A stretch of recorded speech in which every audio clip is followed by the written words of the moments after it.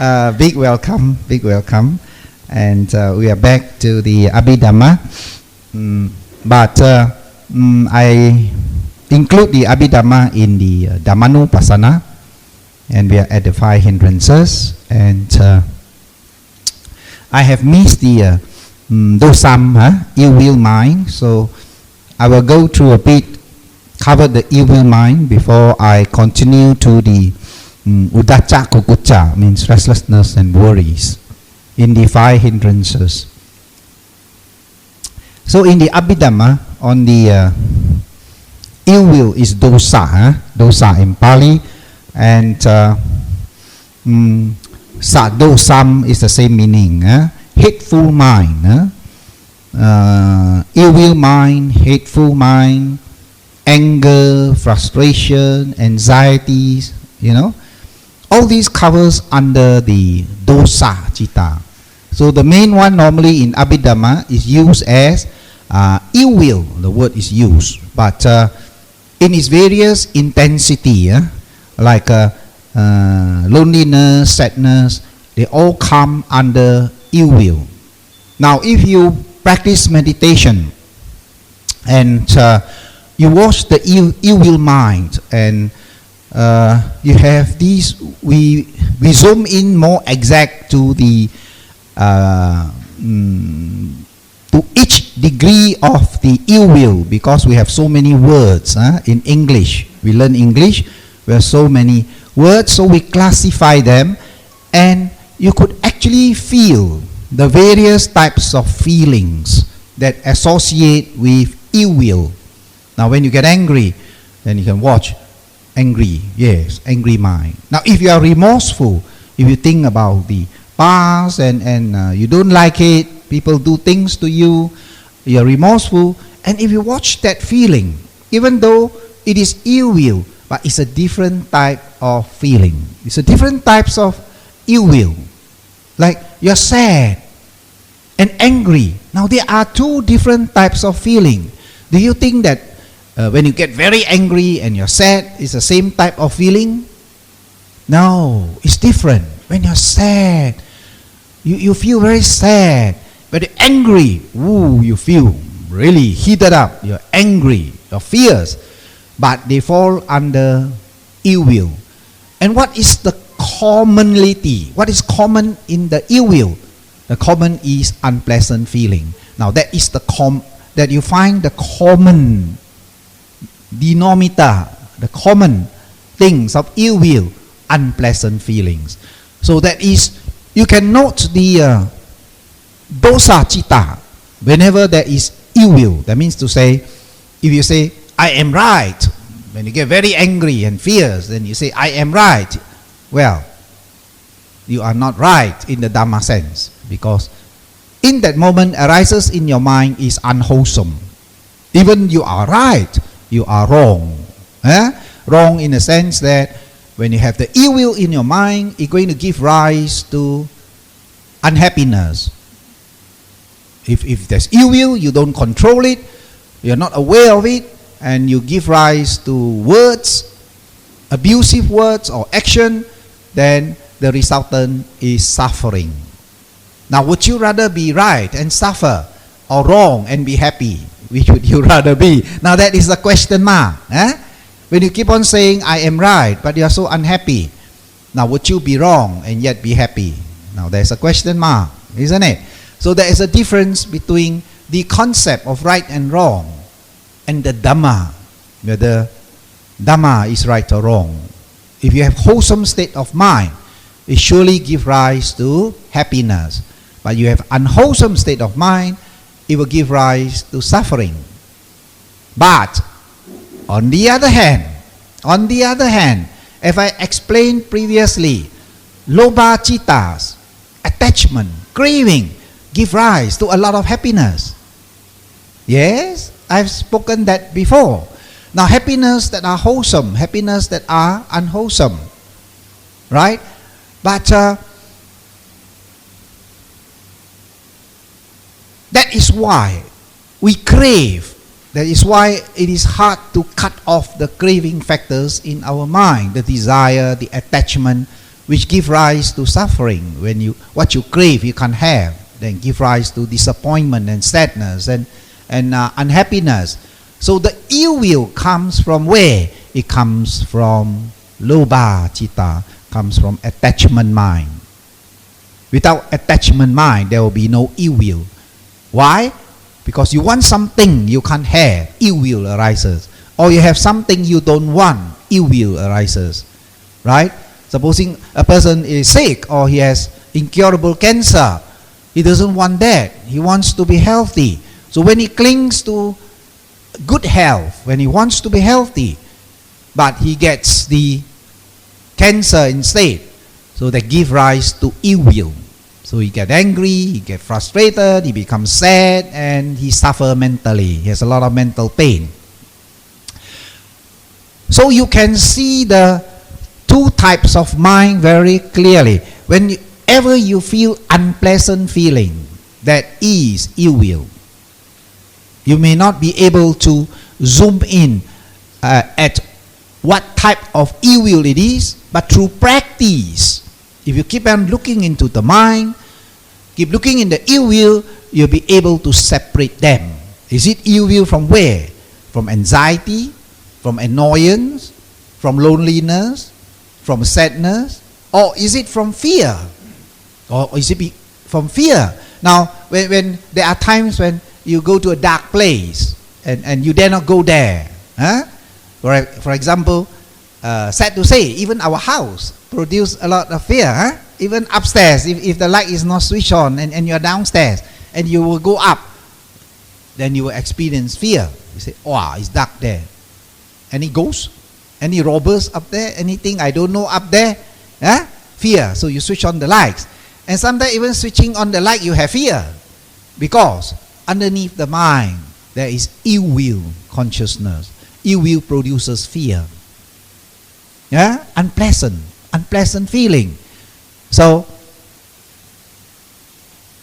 fear produces a lot of pain. Dukkha. Feeling hard to bear. Right? So, you need to note the mind. Why do you need to note the mind? Why do you need to bring out awareness and knowing the mind? So that the mind would not hold on to the objects. When you note it, away, the mind detaches. When the mind detaches from the object, fear subsides. But if you don't note it, if you are not aware, you are merely conscious of it. So last week, I told you the difference between what is consciousness and what is mindfulness. Do you remember that? Yes? Huh? What's the difference between consciousness and mindfulness? Consciousness is when object touches the senses, consciousness arises. When you see me, eye consciousness arises. You hear me, ear consciousness arises. But what is the difference between awareness? Awareness is detachment from the object. It detaches. It notes the object. Sound. Hearing. Huh? Somebody is talking. It detaches. When it detaches, it does not hold on to the object. Then it falls away. The fear falls away. It does not gather momentum. But if you are merely conscious, it gathers momentum. You're not detached. You're just conscious of it. At the same time, the mind is holding it. It's holding on to the object. So, ill will arises, very strong. Which the Buddha says. What happened? Unpleasant object. What happened? When the mind catch hold of unpleasant object, then ill will arises. Now what happened after that? If you don't let go, mindfulness not there, then hatred arises, the Buddha says. When it gain intensity, then the mind develops strong hatred for the object. So you must develop mindfulness. And if you watch the mind, then the mind becomes more and more clear. You can even differentiate what type of ill will that is in the mind. And what is the characteristics of ill will? Characteristic means that what is these characteristics? The characteristics means you say that person is a peaceful man, characteristics. It's an angry man characteristics of that man. You say he's with a lot of loving kindness. It's the characteristics of the man. And what is these characteristics of ill will? It is ferocity, fierceness. When there is ill will in the mind, it produces fierceness.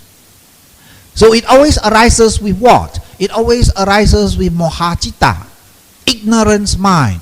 All unwholesome mind arises with moha. Moha means ignorance, not knowing. It cannot see.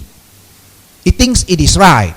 Even when he say, I'm going to hit this man, the moha says, oh, it is right to hit him. Go ahead, hit. That is moha. Because he cannot see the right from the wrong. That is moha. It is just a blur mind. Mind is blur. Cannot distinguish A from B or C from D. It's just blur. And it always gives support to lobha dosa. It gives support.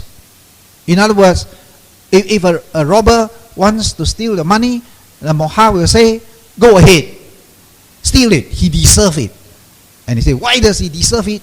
Because he put his purse on the table. So what do you think?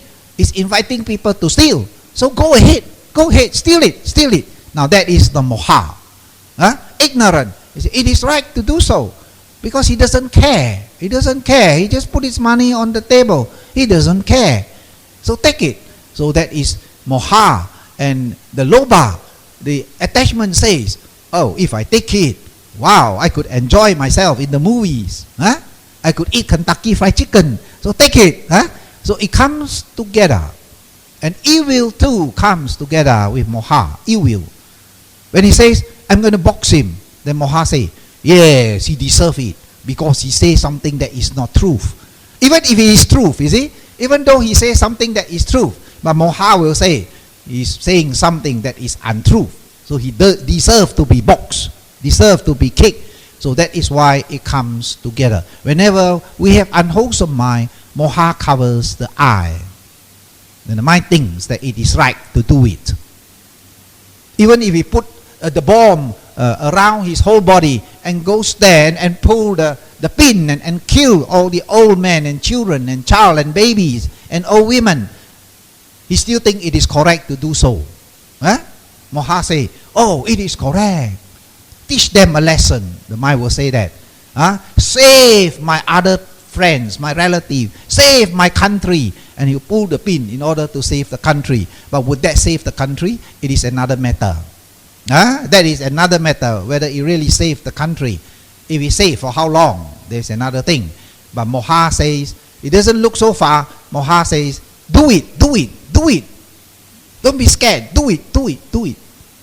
So, even though we enjoy things, we say it is nothing wrong. Because we legally earn through our sweat. And so we enjoy. Right. It is right. If you say it is wrong, you are crazy. You are mad. If somebody go and tell you that this is attachment, don't buy a new Mercedes car. This is attachment, don't spend $1,000 in the restaurant when you can also have eat a food that costs $10. Why must you waste $1,000? You say, oh, you are crazy. I can afford it. I can order 10 tables and I leave 9 tables without eating, and that is all right because the money is mine. Money is rightly earned. Rightly earned. So, it is right. So even the lobha citas, the attachment, will think it is right, but it has its consequences. Because of craving, it gives rise to clinging, and when clinging is strong, and you can't have it anymore, then it brings a lot of remorse, regret, and suffering. So it is wrong in a sense that if you are being spendthrift, if you squandered away all your money, if you don't save some for the future, when it is no more, then you cry. Now, in that sense, it is wrong. So you sort of reduce your craving.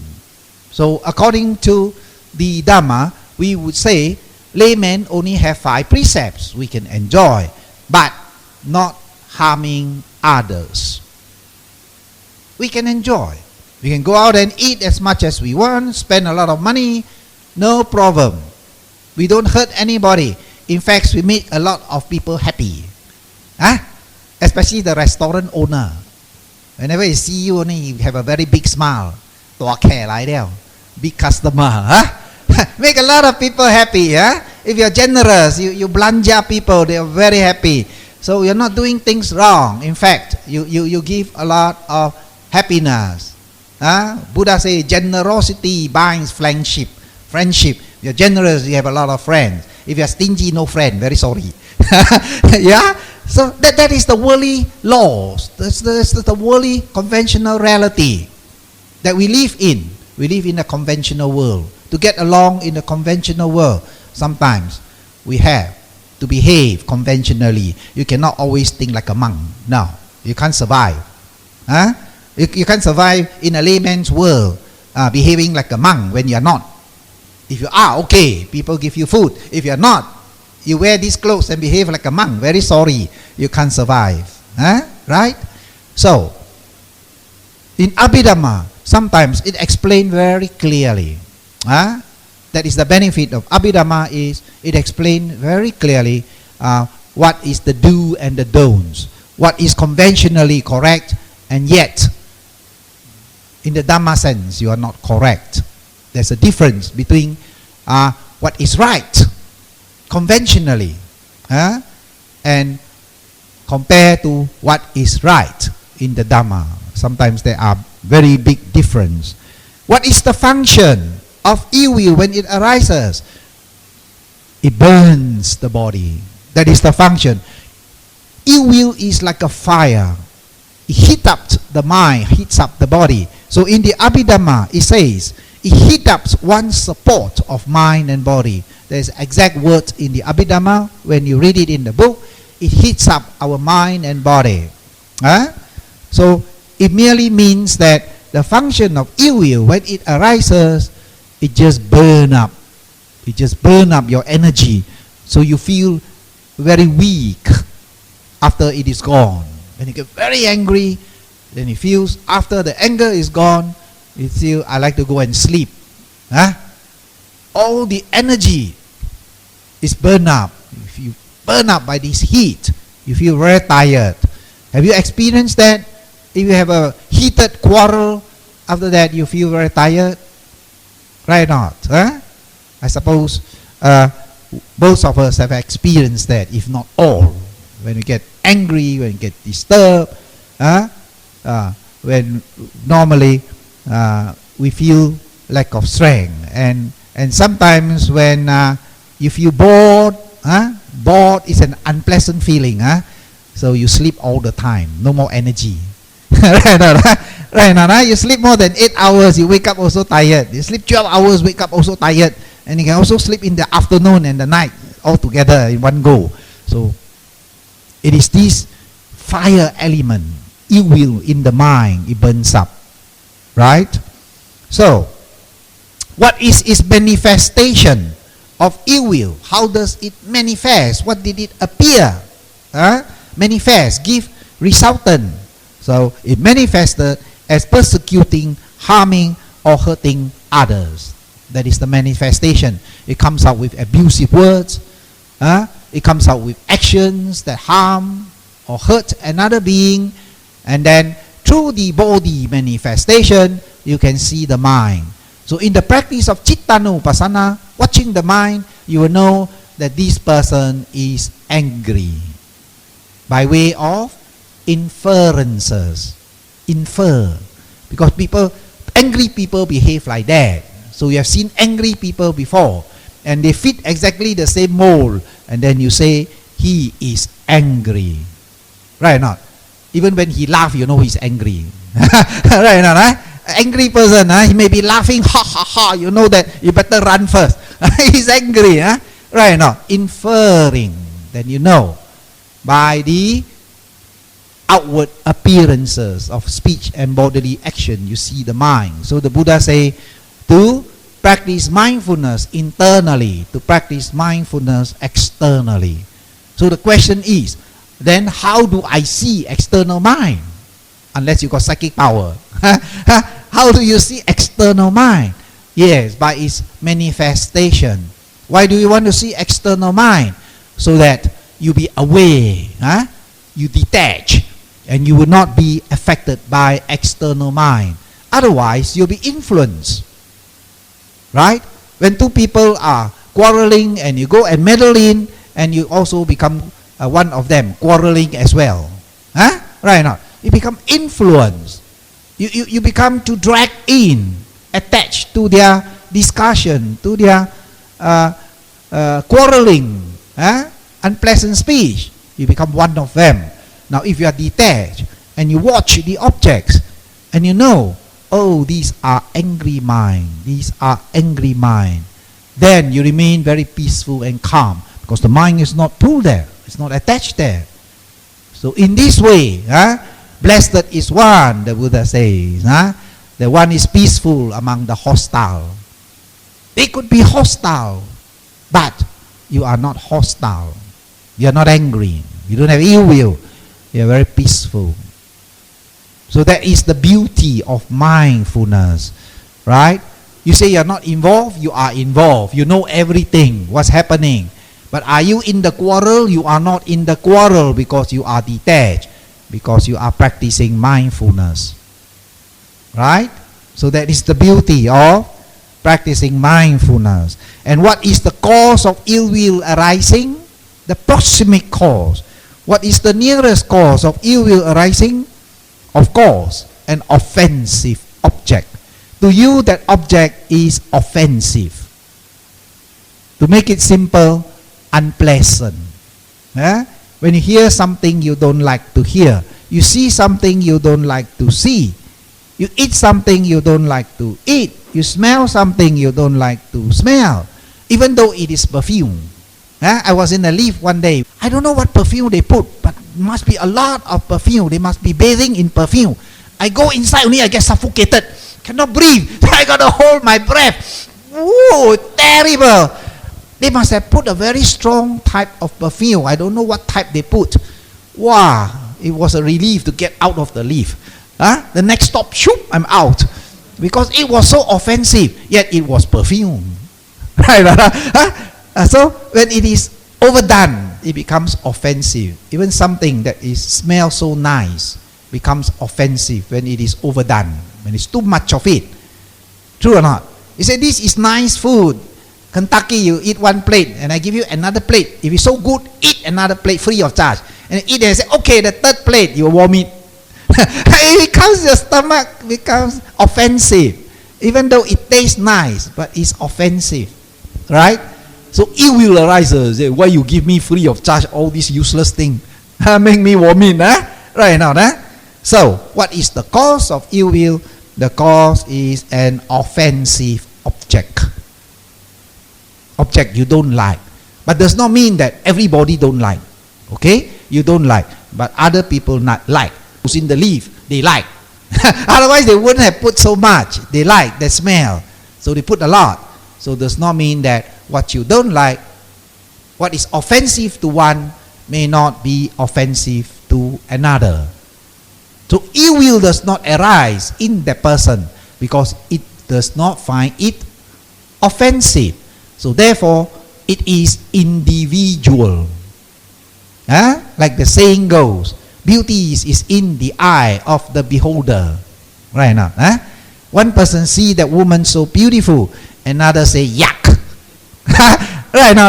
If everybody see the same beauty, then finish. 1,000 men chasing one woman, 1 million men chasing one woman. Because if everybody see the same thing, now they don't see the same thing, right? They see different. So, an offensive for one may not be offensive to another. Beauty for one may not be beauty for another. That's how the world goes round. Now then, any question before I continue on with the 5 hindrances and we come to udacha, kukucha, restlessness and worries. Any question on the ill will? So what is the difference between ill will and attachment? Attachment has very pleasant feeling. If it doesn't have pleasant feeling, it has equanimity. So the attachment mind has two types of feeling. Either it is pleasant feeling, agreeable feeling, or it is equanimity feeling. But ill will has only one type of feeling, unpleasant feeling. So it is easy to identify ill will. Easy. Whenever you feel disturbed, you feel not happy, then you know ill will arises in the mind. You don't know why you are unhappy, but you know you are unhappy. And if you want to know why you are unhappy, then you have to practice Dhammanupassana, the fourth foundation of mindfulness. Because you know you are unhappy, it's only Chittanupassana, watching mind. You want to know why you are unhappy, then you have to practice the fourth foundation of mindfulness, which is Dhammanupassana. Right? So any question before I continue on? No question? So far okay? Huh? So far okay.